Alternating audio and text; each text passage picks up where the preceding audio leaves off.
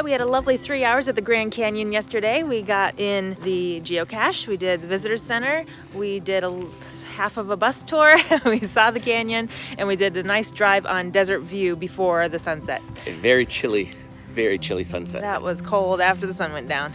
So But today we are doing our other national monuments that we want to do in Arizona. One outside of Sedona called Montezuma's Castle, and another one up near Flagstaff. And these are Native American cave dwellings and pueblo cliff houses. And we can get in for free with our America the Beautiful Pass.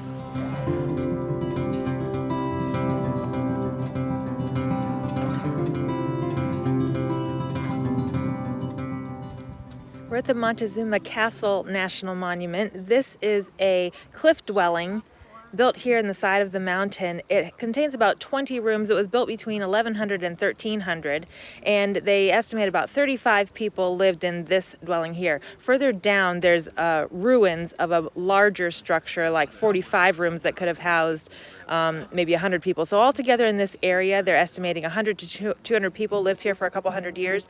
And then in the early 1400s, the whole community left. They're not sure why, maybe to move on to other resources. But in 1906, the government National Park Service took over this castle as a national monument, so it's been preserved since then, and that's why it's still standing today. We can't go inside of it, but one of the signs did say that it's not quite as high up or as large as you think it is. Seeing it on the side of this cliff makes it seem like it's a really massive thing way back, but if you look closely and see the timber beams of the floors that are coming out of the walls around here, it's not actually that big, and it seems like how would you get up there? Maybe ladders, or this actually is not that far of a climb to get up to this rock ledge right here and then easily into the castle.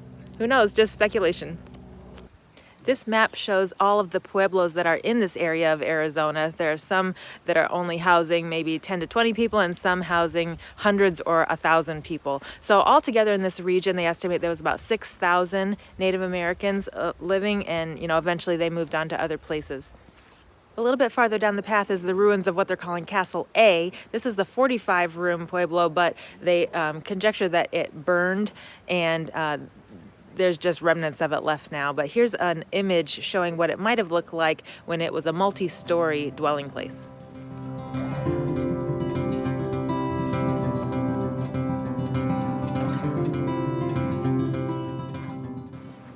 So Jason's pointing out that the actual house, the pueblo houses, were built in the front of the cliff down here. You can see some of the walls and floors here. So these little holes up in the cliff face would have been more for support beams. Those little holes up here, maybe where logs went in for floors for the upper stories. So there was 4 or 5 stories of houses here, but it's not like the people lived in these holes in the caves. Those were just the supports for the houses that were built more out front. Yeah.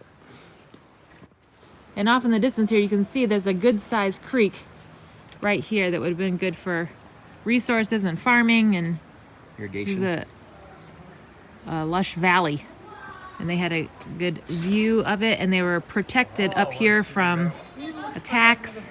Well, southern facing, so they got all the warmth. They got a lot of sun, yeah.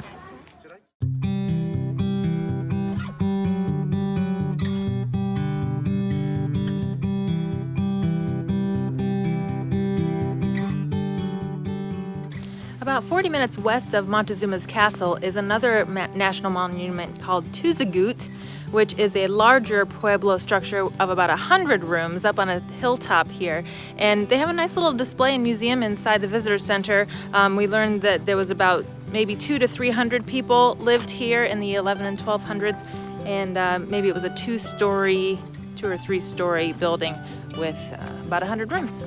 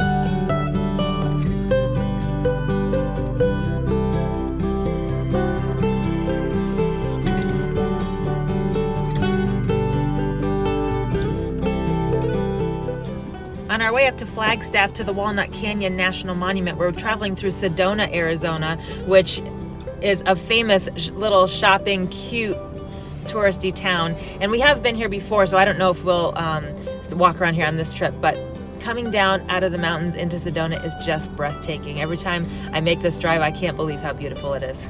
Yeah, you can really see in the rock formations, the red rocks and then the paler, rock strata, then you got the different greenery that pops up here and there. So it's really nice visual scenery.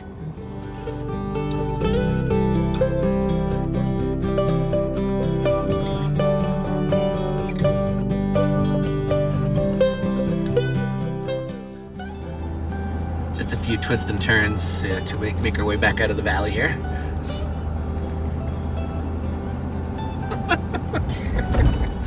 Wow. Looks like someone dropped their plate of spaghetti.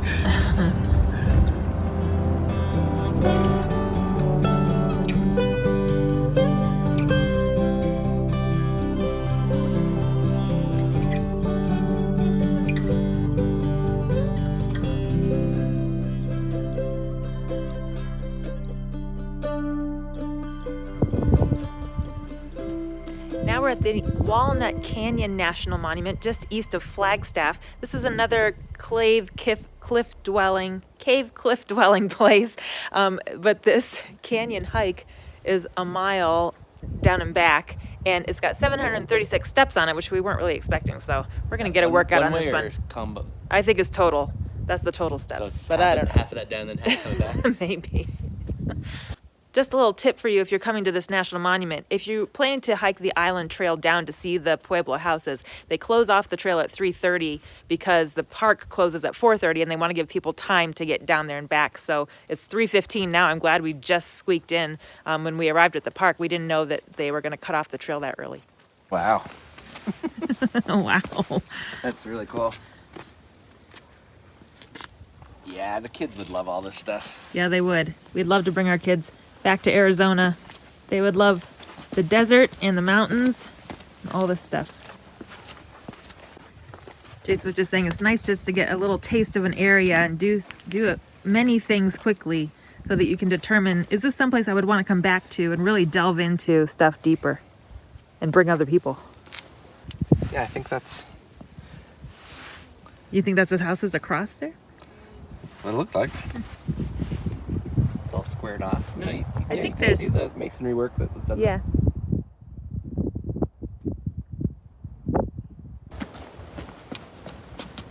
Get your steps in. So all along this canyon are different cave dwellings. And the man was telling us that people just scrambled up and down the rocks. There was well-worn paths and trails that they knew how to get up and down. And that the faces of these cliffs are about 45 degrees, so it's not like they're climbing a treacherous cliff face. And then the farming that they would do would be up at the top of the ridge in different washes where water had washed out a flat spot. And when it rained, the water would run that through And there. it would be irrigated. So that's where they would plant their corn and beans that they would farm. But here is a ruin that we can actually walk through underneath this Overhang. rock overhang. So the builders would use the natural roof and back walls of the cave, which would make it waterproof And the floor, obviously. and weatherproof, and the floor. And then they would get limestone and build up the side walls and build a door in the front. So here's two side walls ruins that we can see. Not much space. And then it looks out here over the valley.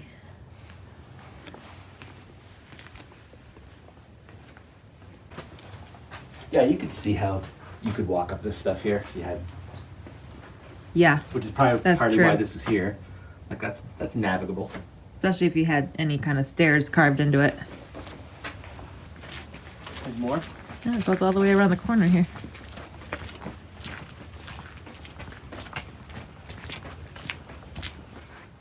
Rooms were added as families grew or storage needs increased. Some rooms in Walnut Canyon show a surprising degree of remodeling at various times, suggesting generations of use. Yeah. Looks like maybe some smoke stains in the back Yeah, it there. says right here. Notice a smoke-blackened wall inside the room, perhaps from warming fires, but fire was also used to fumigate and to harden the clay. It's a decent little RV bedroom size. Yeah, I guess it is. Be quite the community with all these families living in these different rock houses all around this canyon. Most rooms in this community did not house people. Many rooms were left for storage of food and water, huh? And you had your your faraway neighbors across the way. Because like right straight across is a repeat of this.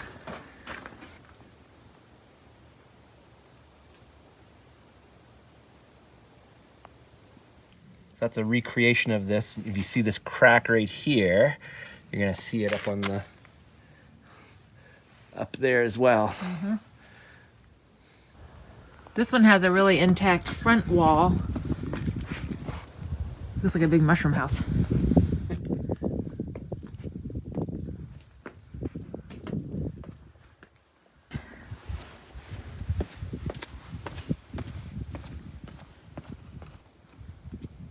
I love that there's cactus and bushes and pine trees all.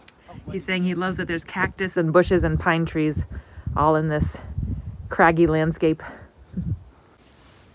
And there's where we have to get back to. That's the very well-preserved visitor center. We're gonna hike back up there. So this sign just said that the Hopi people who lived in this canyon began leaving this area around the year 1250, and that was the year that there was a big influx of people down at Montezuma's Castle where we just were before this. So Flagstaff is quite a bit more north. Colder and drier up here, so the climate shifts over the eons or millennia, push people to, I guess, warmer and maybe wetter. I guess it's warmer down there near Sedona. I mean, it's not that far south, but less elevation maybe. Was probably a little more hospitable and, easier to get to the water and the vegetation down there. So people left here and then went down where we just were. That's cool. Well, we are really getting to love the National Park and National Monument system. We are so excited to have our card now, and we're going to explore all over the country with this stuff. Man, that Walnut Canyon was amazing. We loved doing that hike. Well worth the normal price. But yeah, we paid for our whole thing just this weekend doing a couple things. This weekend we did 2 national monuments and the Grand Canyon. That paid for our whole pass. So we're gonna get on old Route 66 here and drive through historic downtown Flagstaff on our way back home. We will see you guys next week. Thanks for joining us. Bye guys.